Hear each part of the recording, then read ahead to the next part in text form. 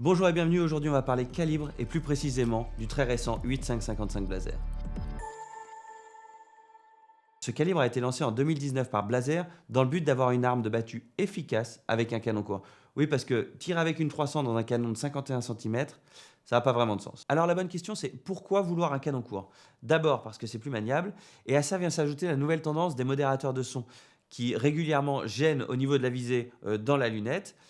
Et en plus de ça, créer un réel déséquilibre de l'arme et transforme rapidement notre carabine en canne à pêche. Alors si c'est confortable pour les oreilles, pour le tir, c'est quand même pas génial. Donc Blaser s'est dit, il faut un canon court sans perdre ni en précision ni en performance.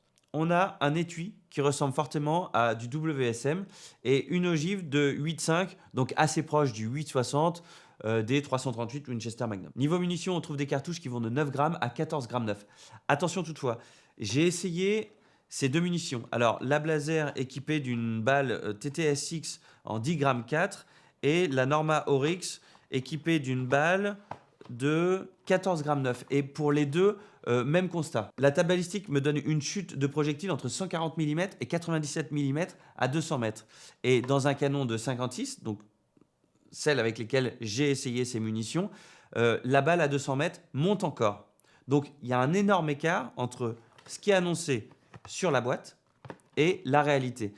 Alors la raison, elle peut être que vu que cette munition a été imaginée pour un canon de 47 cm, je pense que les tests ont été faits dans un canon de 47 cm et quand on passe à un canon de 56 cm, on n'a plus les mêmes résultats.